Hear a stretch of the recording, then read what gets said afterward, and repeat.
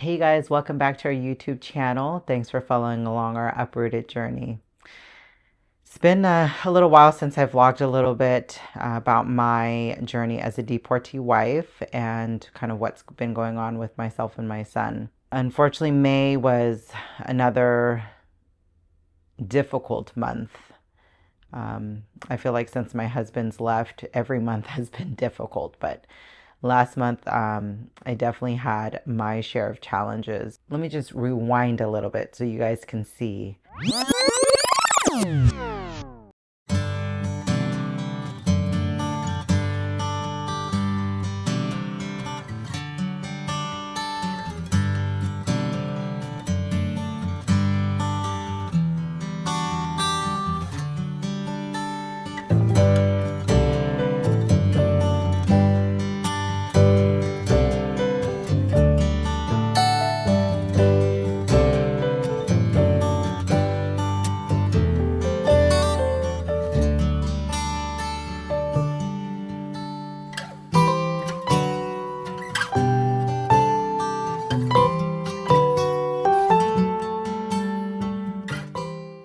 So came in because my drainage tube started hurting.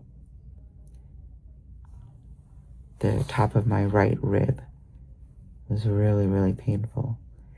Tried to get some sleep about around 9 or 10 p.m. It started radiating to my back.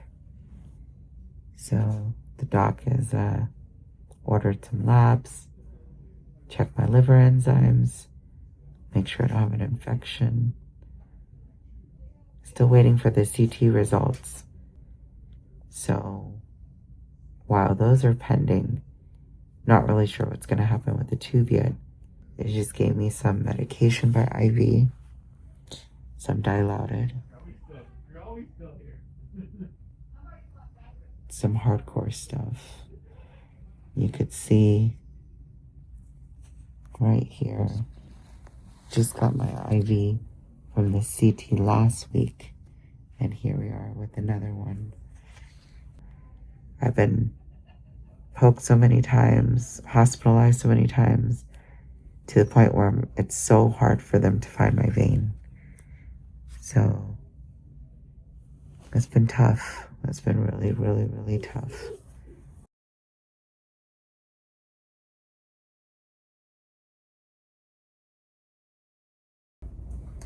All right, here is my antibiotics. They are currently running right there.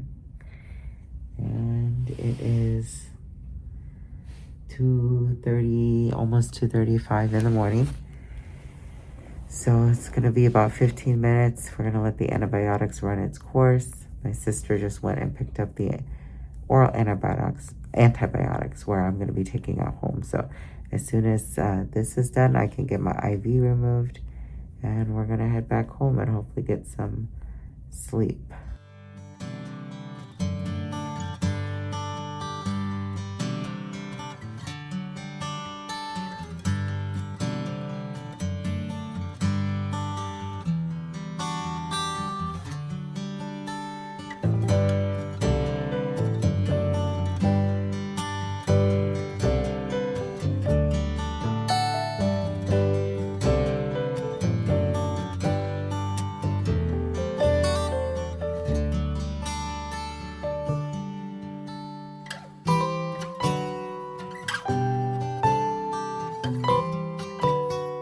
So I just met with my liver doctor, and good news, I have the tube out. What a relief it is to finally get this tube out. But now we are, dealing with the infection that I have. There's progress today. So again, having the tube removed, I've had it in for 3 months.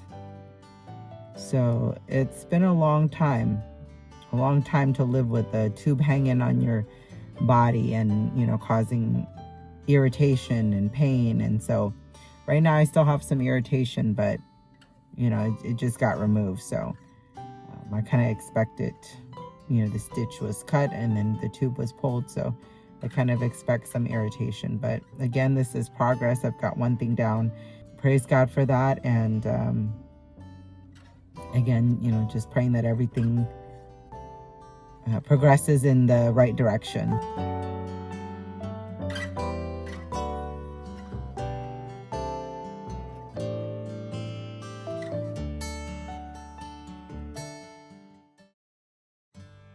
For my son, every day he says, I miss daddy, I miss daddy. When can daddy come back?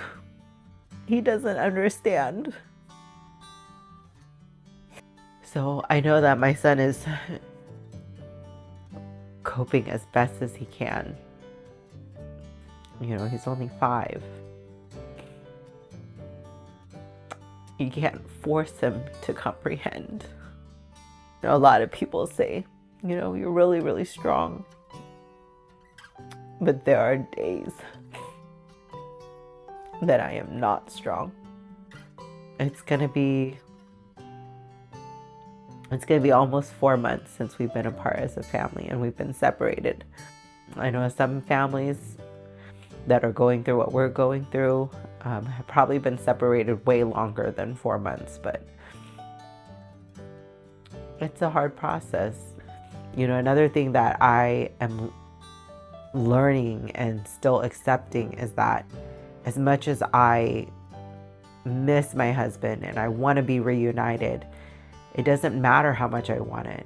My time is not God's time. And so that is, just another thing that I've been learning to deal with and manage and just surrender it to God. That's all I can do. So that is what gives me hope through this difficult time. And so we are really, really relying on our faith.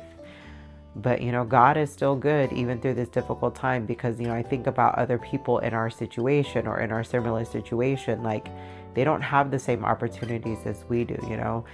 I know my husband's safe. I know where he's at.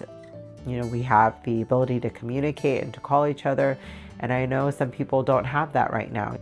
Someone reminded me, just because you go through a difficult time does not mean you forget to count your blessings, right? So I am continually reminded to count my blessings as we wait patiently, through this difficult time and process as we wait for God's timing.